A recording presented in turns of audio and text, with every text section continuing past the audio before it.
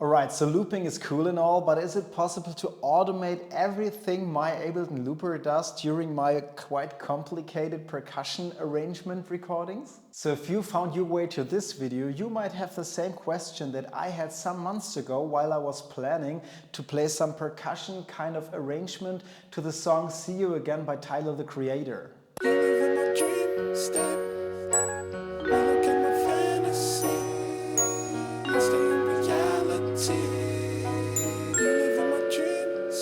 So when I posted this video back in the days, it went viral quite fast and I got a lot of questions from all of you on how exactly I organized the looping process, because I didn't have any hands-free to press any buttons because I was constantly switching mallets, percussion instruments and stuff. And in this video, I'm going to explain you the exact way that I came up with. So right before we start, hi everybody, my name is Max, I'm a percussionist and I combine my huge variety of acoustic instruments with all kind of electronic stuff, exploring the world of electronic music production through the eyes of a classical trained musician. Alright, so let's have a quick look at the Ableton set and how everything is set up. So I have my Tyler performance video here, like exactly connected with the measures, like it perfectly works out with the metronome with like 79 beats per minute. So, and this is probably the video you might know from Instagram.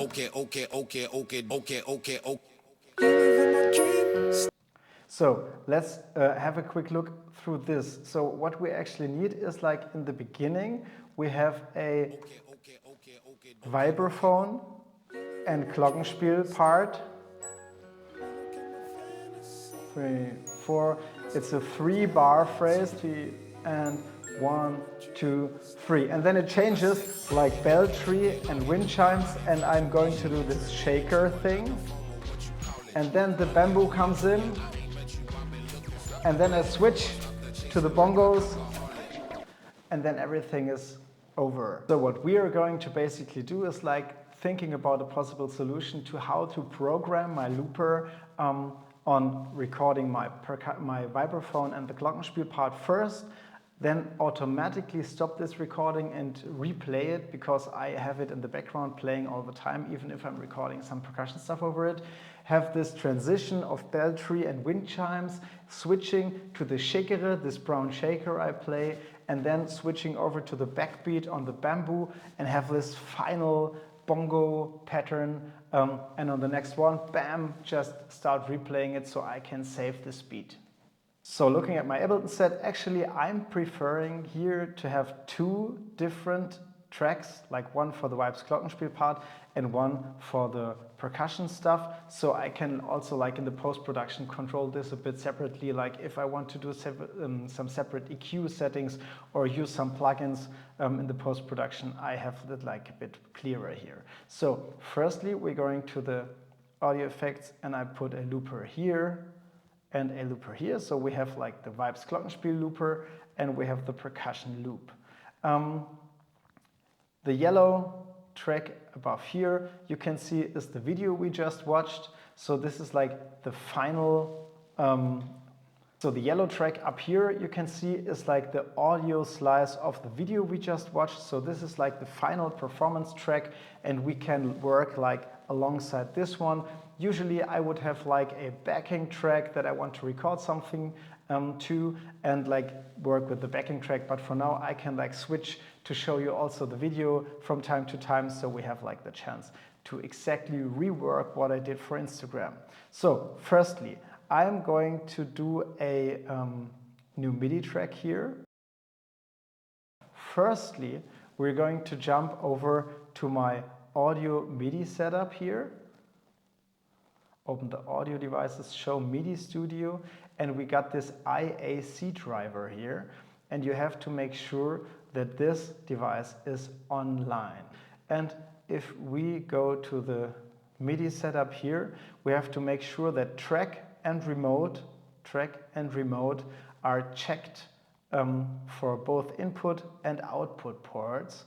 This basically means you are now able, with a MIDI track that I just built, and if you put output to IAC driver here, you have the chance to send MIDI information, like the MIDI that we program here in this track is able to be sent as a message and control things like other tracks or MIDI devices. How this exactly works, I'm going to show you in a second. So with this MIDI track, we are going to control the recording and the playing and the overdubbing of our looper. That's the plan. First thing is, as we see in the video, we have the vibraphone part, like Glockenspiel vibraphone. Okay, if we look back here, we have this okay, okay, okay, okay phrase at the beginning, which is like one measure. I can put on the metronome also. Let's listen to this. Okay, okay, okay, okay, okay, okay, okay. Like 1, 2, 3, 4. And on the next one, we want to record our vibraphone and Glockenspiel. So I'm switching over to the looper here. Quantization is set global, which is fine.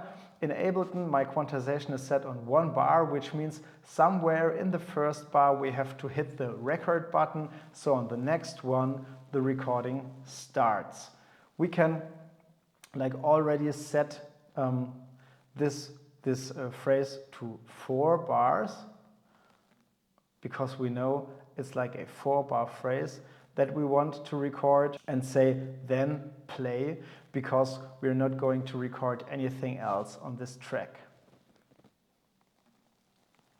So basically the thing that we need now is like, because I don't want to spend any time on hitting the record button at the looper because I'm busy playing vibraphone and Glockenspiel and be in time and just like starting the track and stuff like that. So now that we set up this C1 note in our MIDI track at the beat 4 of our first measure to start the recording of our potential looper, we now have to map it to the record button of our looper, which is quite easy. We just activate the MIDI mapping mode. I click on the record button here and we play the track until our C1 note appears here. And you could see immediately at the moment when the C1 note came, this line dropped here, which means like note C on the path Vibes Glockenspiel, which is our track for recording Vibes Glockenspiel, activates record. That's exactly what we wanted it to do because we already, I can deactivate the MIDI mode now, because we said like when you hit record, it will record 4 bars and then just play whatever we recorded. So that means if I would start the track again now and we are observing our looper from the Vibes Glockenspiel part, we could then see it will record 4 bars and then just start playing what we recorded. Let's check out if it works. Starting recording. We see 4 measures here.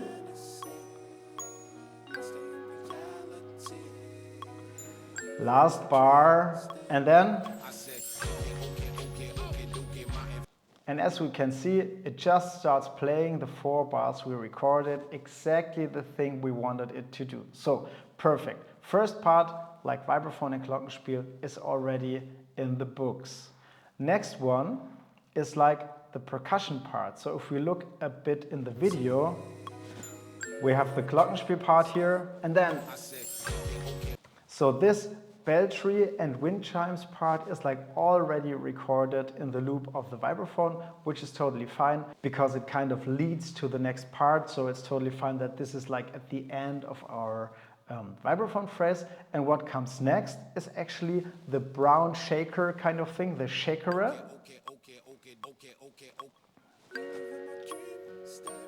So we have our 4 bars of vibraphone. Transition incoming, and bum bum shakerer. And in the video I played this quite longer, but I think it's enough for our example, because I then can show you some tricks with overdubbing. If we decide like to, you know, record this like at 1 bar and then getting this 1 bar, you know, just replayed and replayed and replayed, because it never changes. So what we do next is like we need 1 bar of recording this shakerer kind of thing, and we choose the percussion track for this because, as I told you, I want the percussion instruments to be recorded on a different looper. So we have our looper here. What we need to do now is like to switch over to the percussion track. I will set up a different MIDI note for this. Let's go with C sharp, like just another note information. And just before our shaker comes in, which is like here. Okay, so directly here we need the recording to start. Let's see where we are on the MIDI track. We are here. So on the 4 or something of this, we could like just insert a C sharp here. And same game as before, we are switching over to the percussion track and we are like MIDI mapping our record button and then starting the clip from here. And exactly as the C sharp comes in, second line approaches here, note C sharp 1 in the percussion track activates record mode on our looper, which is great. And we could be very smart, like with thinking about maybe we just put on record like 1 bar and then plus, which means overdub, because we need like the bamboo branches come in and stuff. But we have like one measure in between because I'm switching from the shekere and the bamboo branch to the bongos. And the sticks usually make a lot of noise, like I'm laying something down, which always makes some noise, and I'm getting some new sticks, which also sometimes makes some noise. So let's have a quick look at the video, what exactly happens here. So, shekere, then we have the bamboo, and then everything away and bongo. Okay, so actually we have like 1 bar shekere that we need to record, and then we want it to be replayed like for 1 bar. Just replay, we have time to put away the shekere, or if it was a live situation, I just could or if it was a live situation, I could just go on playing it, but then putting it away. And in the bar here, which is like the 3rd bar of the 2nd phrase, we want to have this 2 and 4 bamboo branch backbeats, and these need to be recorded for 1 bar also. And then in the last bar there comes this bongo phrase, and I want the overdub recording start very late, so I have like the chance to, you know, put away the shekere and the bamboo branch and pick up my new sticks like super fast. I can make some noise with this because it doesn't get recorded to the loop. And once I'm ready, like right before I start playing the bongos, the overdub starts and we can start recording. So I have like the maximum freedom to, like, you know, move fast, throw away some stuff I don't need, and it's not getting recorded for the loop. So how to set this up? We're coming back to our MIDI track. We already said like C sharp is starting the recording of our loop here for the percussion section. So we need to stop the recording also. Let's see where we are on the MIDI track here. Okay, we're in this measure. So let's see, like on the, maybe on the 4 also, we're adding a D1 to stop the recording and just play it. So we're jumping over to the percussion track. We are going to start from here. MIDI mapping activated. Pressing the play button here because this is the one we want actually to map with our D1, and press play. And exactly at the time where our D1 comes in, we know this well right now, the play mode gets activated. So from now on, what we should see, if I'm starting the track like here, our looper should get activated right before the next one. On the next one, it should start recording. On the 4 of this bar, the play mode should be like activated slowly, but we know because quantization is global and we have the quantization to 1 bar. On the next one, it starts replaying whatever we recorded. Let's deactivate the MIDI mode and see if we did everything right. So 3, 4. Activated, recording, and playing. So we hear like the shakere playing then because we just recorded it. And again, what we need to do now is we have like one bar of just shakere replaying from the loop, which is here. And now we want the backbeat for 2 and 4 with our branches come in, which means like when we're in the MIDI track like around here, on this next one like here, we want our overdub option to start. We don't need to activate this before the one because like overdubbing immediately starts. The current loop is like already running. So we can set our overdub function, which I'm going to set up for just like D sharp directly here. And so then like the overdub mode would be activated on whatever I'm playing then is just recorded on top of the current loop. So we're going to our setting here, like activate MIDI mapping, and I'm clicking on the plus here, which means like overdub, and I'm starting the track to map the D sharp 1 to this.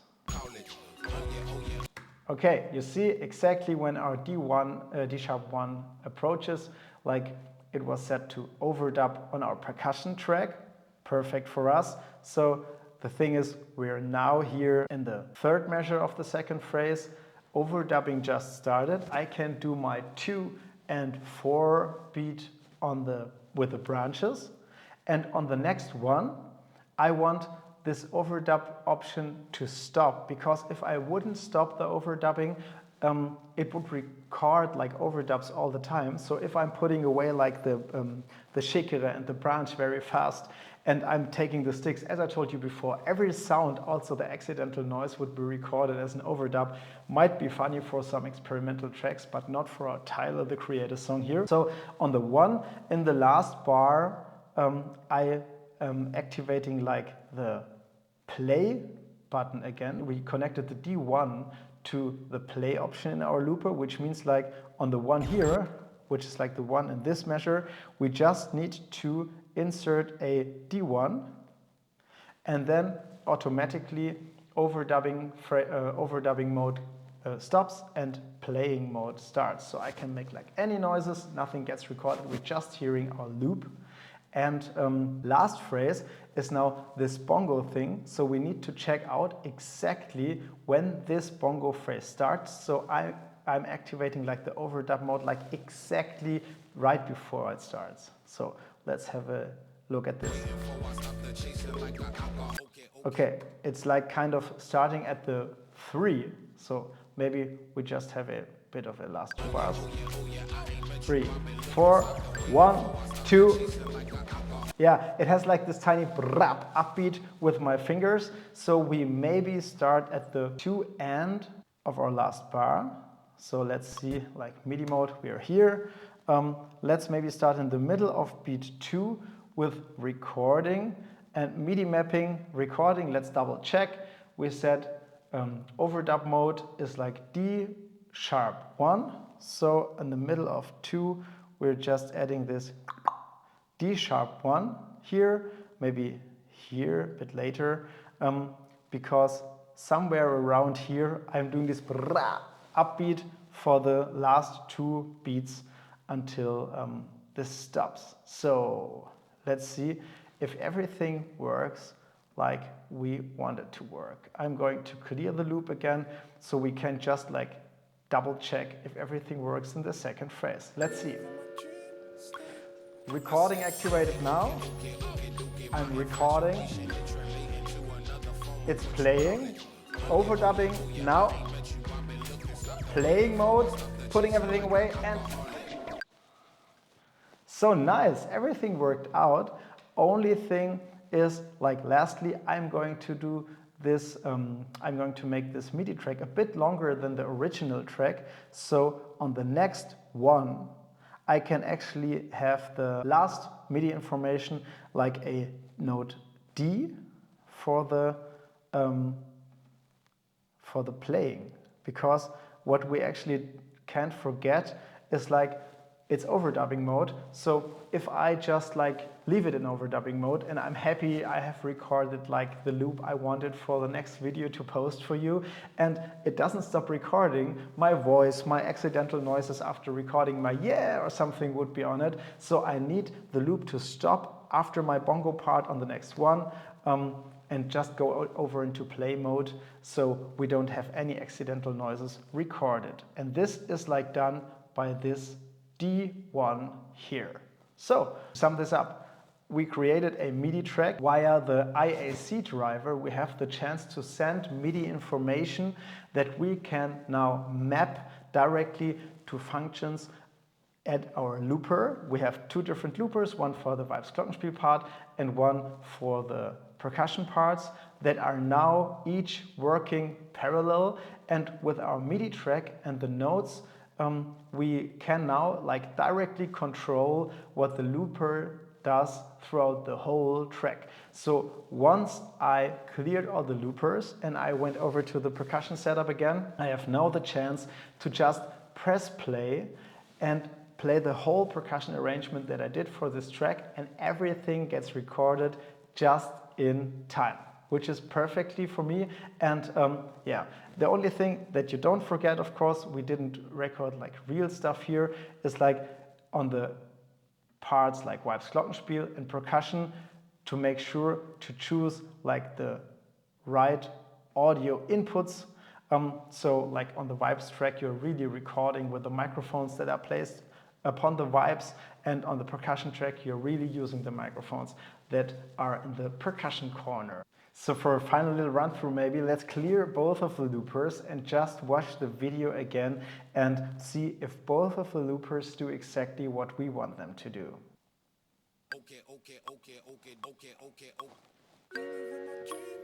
Vibes Glockenspiel part, 4-bar recording, then just starting to play. Exactly. Percussion recording in process. Overdubbing with the branches. Just play. And bongo overdubbing. So everything worked out really fine. I'm happy. So as this is actually the last video of a 3-part series I did on all things live looping in Ableton, you might be actually interested in watching the first and the second video also. And if I have the chance in the post-production, I put a link here or here maybe. Also, if you think live looping sounds fun, want to produce your own music, but don't know how to get started exactly in the first steps, just come over to my Patreon community. I'm going also to post a link to this page in the description. I built like a community of instrumentalists, producers, and we're doing regular hangs and do listening sessions where everybody can show some of their music. We're doing community projects, producing music together, and I'm also publishing a lot of exclusive content there, like tutorials, sample packs and other stuff. So you get like a lot of fun and loads of stuff there. Just come over, can't wait to meet you there. Also, as every time, if you like this video, please like, subscribe to my channel if you haven't already, share it with your friends, and I can't wait to see you next time.